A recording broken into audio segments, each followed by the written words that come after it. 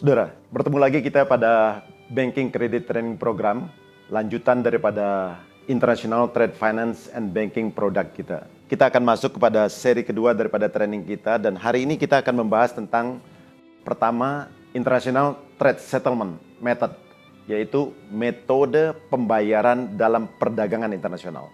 Yang kedua adalah Documentary Letter of Credit, dan yang terakhir tentang Letter of Credit dengan kondisi-kondisi khusus atau special condition. Metode pembayaran yang kelima adalah letter of credit. Mari kita lihat sejenak tentang definisi letter of credit ini, kurang lebihnya. Letter of credit sebenarnya adalah suatu bank garansi. Kalau kita berbicara tentang bank garansi adalah janji bayar, suatu janji bayar yang diterbitkan oleh bank, biasanya dikatakan issuing bank, atas permintaan nasabah daripada bank tersebut sebagai garansi untuk pembayaran bagi pihak ketiga, dengan syarat apabila pihak ketiga tersebut memenuhi kondisi-kondisi tertentu. Nah, bank yang mengeluarkan letter of credit tadi, yang kita katakan issuing bank, mengambil alih risiko apabila nasabahnya gagal dalam melakukan kewajibannya untuk membayar pihak kedua tersebut.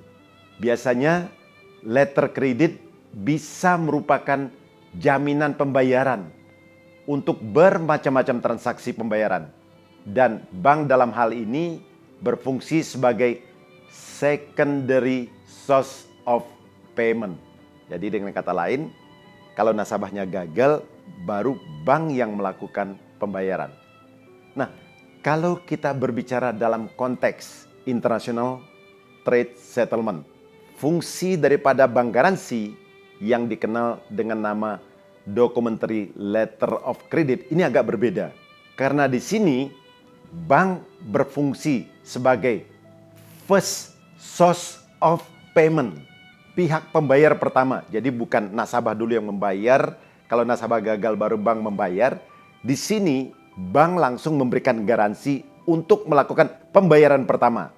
Jadi tanggung jawab daripada pembayaran, apabila nasabah kita melakukan suatu pembelian, tanggung jawab pertama yang maju itu adalah bank.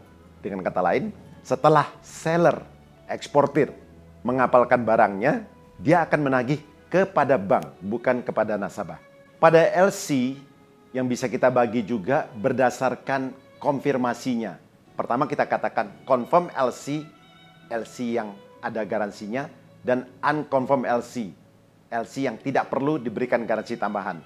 Kurang lebih, confirm LC adalah LC, letter of credit, yang dikeluarkan oleh issuing bank tadi, bank pertama tadi, dan diberi garansi tambahan oleh pihak lain selain issuing bank tadi. Jadi tanggung jawab pertama pembayaran LC sekarang berpindah ke tangan pihak yang memberikan konfirmasi tambahan terhadap LC tersebut. Nah, dalam hal ini eksportir seolah-olah mendapat dua lapis garansi. Pertama tadi bank yang mengeluarkan, issuing bank, dan yang kedua adalah bank yang melakukan konfirmasi, confirming bank. Dan setelah barang dikirim, eksportir akan langsung datang ke confirming bank tanpa datang ke issuing bank.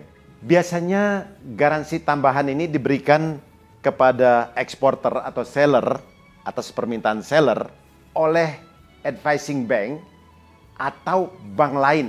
Jadi ingat, issuing bank, advising bank. Jadi advising bank bisa berfungsi juga sebagai pihak yang memberikan garansi kedua. Tentunya bank tersebut mempunyai hubungan dengan issuing bank. Jadi antara advising bank, issuing bank merupakan suatu bank yang mempunyai hubungan perbankan, koresponden, sehingga advising bank sudi atau mau memberikan garansi atas pembayaran LC tersebut. Apa alasan daripada eksportir untuk minta confirm LC atau garansi tambahan tadi? Biasanya pertama karena mungkin eksportir meragukan, issuing bank ini apakah cukup bagus bisa membayar bank garansinya, LC-nya kalau barang dikirim. Jadi ada keraguan tentang reputasi, credit risk daripada issuing bank. Atau karena faktor-faktor daripada negara yang mengeluarkan LC tersebut. Country risk kita katakan. Baik faktor politik, terjadi peperangan, terjadi huru-hara. Atau faktor ekonomi, takutnya negara tersebut bangkrut. Sehingga eksportir akan meminta kepada pembeli, importir, bahwa nanti LC yang dibuka harus dikonfirm, diberikan garansi lapis kedua. Dan bank yang memberikan garansi tambahan tersebut biasanya berada di dalam negara eksportir tersebut. Tidak harus, bahkan bisa negara ketiga. Sedangkan untuk unconfirmed LC, LC yang tidak diberikan garansi tambahan, baik oleh advising bank atau pihak lain. Jadi dalam hal ini, issuing bank merupakan pihak satu-satunya yang bertanggung jawab untuk membayar eksportir. Dan dengan kata lain, nasib daripada eksportir tersebut tergantung dari kemampuan issuing bank untuk membayar. Nah, dalam keadaan normal, negaranya bagus, banknya bagus, konfirmasi daripada LC tadi tidak dibutuhkan. Tapi jika ada keraguan, gonjang-ganjing ekonomi, politik, dan sebagainya, maka eksportir akan minta, beri saya tambahan jaminan. Sehingga dia tidak harus datang kepada issuing bank untuk meminta pembayaran, tetapi cukup datang ke bank ketiga tadi yang melakukan konfirmasi terhadap LC tersebut. Mari kita lihat kurang lebih proses daripada konfirmasi daripada suatu LC tersebut. Dan ingat, konfirmasi ini atau confirming bank ini bisa jadi advising bank, bank yang memberikan advice pertama kepada seller tadi, eksportir, atau bank ketiga lainnya.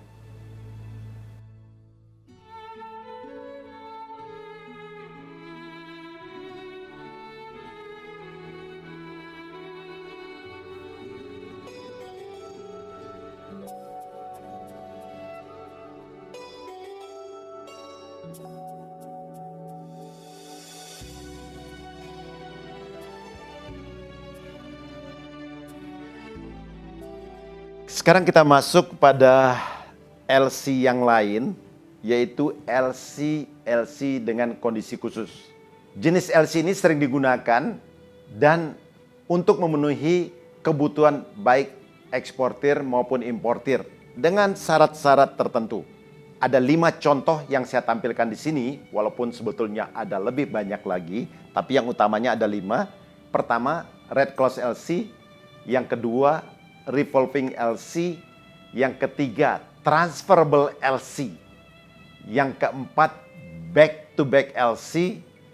Dan yang kelima, Usance LC, Paid at Site, atau kita ketahui juga dengan nama UPAS. Mari kita bahas daripada 5 kelompok ini satu persatu.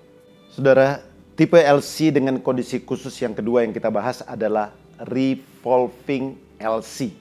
Di sini pada intinya LC di mana buyer atau applicant meminta issuing bank untuk menerbitkan pesanan barang LC yang bisa dipakai secara berulang-ulang. Dengan kata lain, eksportir menggunakan LC yang sama untuk mengirimkan barang beberapa kali sampai LC tersebut jatuh tempo pada period jangka waktu yang sudah ditentukan. Nah, kenapa hal ini terjadi? Pertama, buyer dan seller memiliki transaksi yang rutin. Secara terus-menerus ada. Tentunya mereka sudah kenal lama, sudah jadi langganan. Yang kedua, barang yang dibeli dan diperdagangkan sama jenisnya. Barang itu lagi, itu lagi. Yang ketiga, harga barang cenderung tetap sama atau tidak jauh berbeda sepanjang masa berlakunya LC tersebut. Bahkan bisa jadi, katakanlah kalau LC dibuka untuk jangka waktu 1 tahun, dari awal itu harga barangnya sudah dipatok, dipastikan tidak berubah selama 12 bulan berikutnya. Yang berikutnya juga pengapalan barang pengiriman barang dilakukan secara berkala dan rutin. Karena beli rutin, pengapalannya juga rutin. Dan perlu diingat syarat dan kondisi dari setiap pengiriman barang yang dicantumkan di dalam suatu LC itu tidak berubah sama sekali, tetap sama. Mari kita lihat di dalam tabel contoh time LC kumulatif ini berdasarkan waktu untuk 12 bulan. Tadi kita katakan total ordernya, pesanannya 1.200 juta untuk 12 bulan. Kita lihat pada awal bulan di sini menerima pesanan 1.200 juta. Jadi bank mengeluarkan LC totalnya 1.200 juta. Pada bulan pertama terjadi pengiriman barang.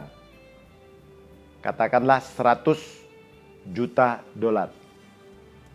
Dan di sini artinya sisa yang tidak terkirim 0 karena bulat terkirim, dan nilai LC sudah berkurang sekarang, nilai garansi dari bank tinggal 1.100 juta. Pada bulan kedua terjadi pengiriman yang seharusnya 100 juta tetapi yang dikirimkan hanya 80 juta dolar. Artinya ada sisa yang tidak terkirim sebanyak 20 juta dolar. Sehingga LC yang tersisa, yang belum terpakai adalah 1.100 dikurang 80 menjadi 1.020 juta. Seandainya dilakukan pengapalan lagi pada bulan ketiga sebanyak 120 juta. Ingat harusnya 100 ditambah kekurangan 20 juta. Maka seluruh sisa menjadi 0. Maka nilai LC akan berkurang dari 1.020 dikurang 120 juta menjadi 900 juta.